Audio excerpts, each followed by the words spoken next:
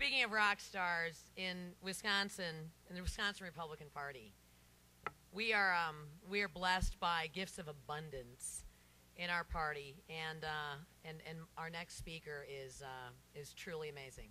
He is the chairman of the House Budget Committee, and as chairman of the House Budget Committee, Paul Ryan has been the leader and frankly the author of the only serious budget proposal that has ever been introduced since Barack Obama has been president.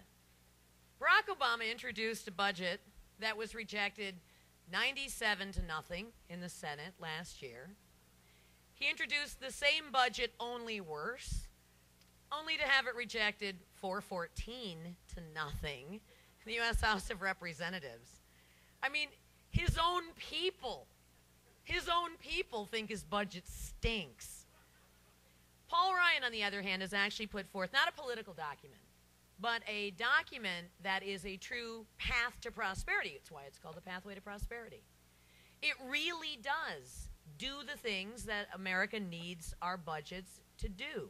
Reduce spending, put us on a path to pay off our debt, reform entitlements in a way that's meaningful. It doesn't happen overnight, but everybody agrees that it's the only serious budget plan out there. It has been passed in the House of Representatives twice. And what did Timothy Geithner say when Paul Ryan had him before a hearing? I was watching this on C-SPAN. It was brilliant. And Congressman Ryan was quizzing our Treasury Secretary on the president's plan to deal with long-term debt. And he admitted that it does nothing, and he didn't care. And Congressman Ryan kept pressing him on it. And Secretary Geithner said, well, we admit that our plan does nothing, but we just don't like yours very much. You know, we admit we've got no plan. We admit you have a plan. We admit your plan works, but we don't like it very much. That's how unserious this administration is about solving the problems in this country. When it's one congressman from Janesville, Wisconsin, that is the only serious voice, joined by multiple Republicans, obviously, supporting this plan, but is the only real serious voice on budget reform in the United States. God bless Wisconsin. That's all I have to say. Paul Ryan.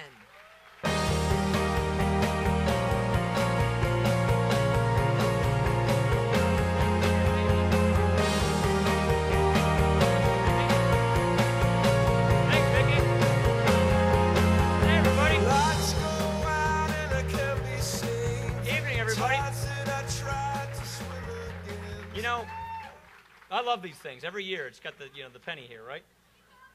I love you too, Mom. Thanks. Yeah. We haven't had enough speakers tonight, so I figured I'd go on for a while. All right. You know, Scott, I was relating to your story about the workers coming up to you and telling they're praying to you. And like Reince, you know, I go to Mitchell Field every week, there and back, fly back and forth to D.C. from Janesville. And every week, somebody comes up to me and says, Governor Walker, we are praying for you. That happens to me all the time. Sometimes I think I'm Charles Benson, too, you know, the guy on TV. So, you know, I just go with it. But I want to say something to you, Scott, to Van Wangard, to Scott Fitzgerald, to Alberta Darling. We love you. Thank you for being courageous. Thank you for sticking to your guns. And we have your back.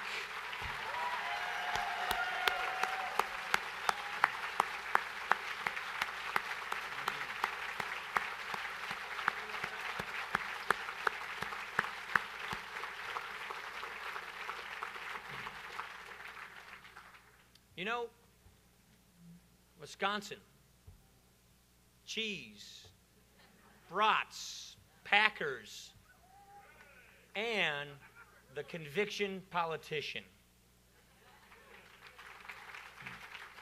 You know what? I think it dawned on some of us, if you want to be good at these jobs, you have to be willing to lose these jobs. It's not about always being liked and being popular. It's about doing what is right. I got to tell you, this whole thing is coming to a crescendo.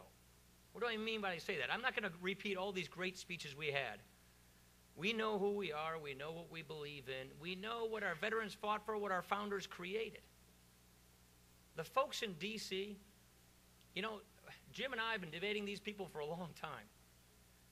They have a different idea. It's an idea we're familiar with because we have Madison in this state. What is it, 30 miles of insanity surrounded by reality or something like that? They have this idea that the Constitution, its ideals, it's passé, it's behind in the times. We need a new living, breathing Constitution. We need it to kind of come up with the times. We need to roll with history. We need to get beyond this idea of negative rights, where we have our rights that are natural, that come from God and not from government. Government needs to give us new rights, like health care. Well, we have this new philosophy of government-granted rights. And this new philosophy is well on display. Look what they're doing by picking fights with our Milwaukee's own Tim Dolan and everything else. Look what they're doing when they pass this health care bill with 15 bureaucrats now in charge of Medicare. They're going to appoint these people to 6-year terms. And they have this new budget proposal that says we want these 15 bureaucrats now in charge of Medicare to impose value-based benefit designs. Well, what the heck is a value-based benefit design? You know what it is? It's whatever they say it is. We have a government that believes there's no limit to their power. And so the whole thing is coming to a crescendo. It's coming to a crescendo on June the 5th here in Wisconsin, and it's coming to a crescendo here in Wisconsin for Washington, for a country. We have a unique role to play here. Wisconsinites are in the epicenter of this thing. That means we have a responsibility and an opportunity to get it back. And if you quickly look at the math, the momentum, and the man, it's pretty easy to see the story that's about to be told this summer and this fall. The math. The economy is not performing anywhere near what it should coming out of the recession we had. Anybody fill up your gas tank lately? I don't have to go any farther than that. The president just gave us a budget with a $1.5 trillion in new spending, but only to be outdone by $2 trillion in new taxes. Doing nothing to pay off the debt. Nothing. Nothing to deal with the drivers of our debt. We have people who are in legitimate, painful situations in their lives. I live in Janesville. I got a lot of buddies I grew up with, guys from high school, who've been out of work for a couple years because the plant shut down. There's a lot of anxiety and despair. Guess what? The president can't run on his record because it's a terrible record. And like Jim Sensenbrenner said, he's not going to change his tune. He doubled down on his direction, on his philosophy. So what does he have left? He is going to have to divide us in order to distract us. It's a Chicago idea. Get a coalition, and it's 50+1 to beat the other guys. And the way he'll have to divide us in order to distract us is to tap into those anxieties that are legitimate in this society, those concerns about your livelihoods, about your future. He'll tap into those raw emotions of fear, envy, and anxiety in order to cast blame elsewhere. I got to tell you, that is not what America's all about. And that's not the hope and change I think a lot of us thought we were going to get in 2008. But what we're going to get this year is this idea, that this idea of limited government and economic freedom doesn't work. If you go with the Republicans, they're going to feed you to this dog-eat-dog society. They're going to exploit you and leave you on your own. And if you want any security in your life, come with us. It's a false choice.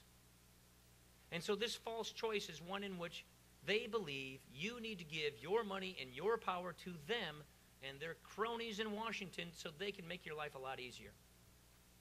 They're speaking to people as if they're stuck in some station in life, that they're victims of circumstances outside of their control, and the government is here to help you cope with it. You're stuck in a class.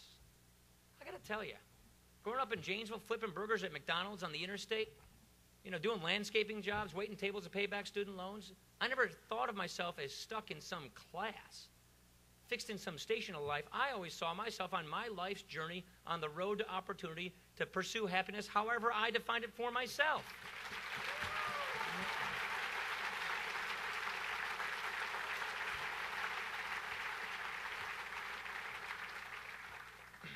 It's a bitter doctrine. It's a condescending doctrine. It's a paternalistic doctrine. It's an arrogant doctrine. And you know what? It just doesn't work. If we want to copy European policies, we'll get European results. We have a debt crisis coming in front of us. We know this. And this debt crisis is going to get us if we don't prevent it. And so here's what we're going to have to do. We owe you a choice. We're going to have to kick this thing upstairs to the American people and let them decide what kind of country do they want to have. What kind of life do you want to leave for your children, and what kind of life do you want to make for yourself? We have the ideas, the principles, the solutions, the agenda. It's not that hard. You take the founding principles, you apply them to the problems of the day, and you've got a plan. And we're going to take this plan to the country, and then we're going to let them choose. And that's why, just like Scott, we're going to go and ask the country for an affirming election. It's not good enough just to win by default, to beat up Obama, and then just hopefully win. We're going to go to the country and say this is a mortal threat to the American experiment. The American idea itself is in peril. And we have to get it right. We have to elect people in the United States Senate and the Congress and in the White House that are going to do what it takes, that are going to have the courage of their convictions, they're going to run on these ideas. And if we win that kind of an affirming election, then we have the moral authority and the obligation to make it right. And Jim Sensenbrenner and I will be joined by a new senator that's going to be a lot like Ron Johnson.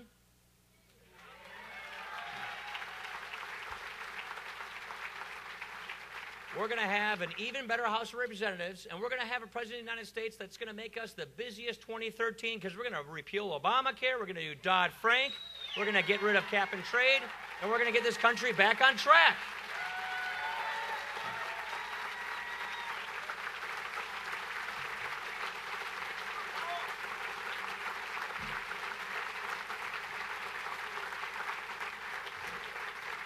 Let's not forget who we are. Let's not forget what we're about. Let's not forget about the cheesehead invasion that is underway. Let's not forget about the people who are fighting for us on June the 5th. Let's not forget about this Tuesday, making our mark, getting ourselves ready, coalescing as conservatives, and let's not forget about the fact that the American idea is on the ballot in November, and it's going to run right through Wisconsin, the battleground state that is going to finally, for the first time in a long time, become red and help us elect the next President of the United States. Thank you. Thank you.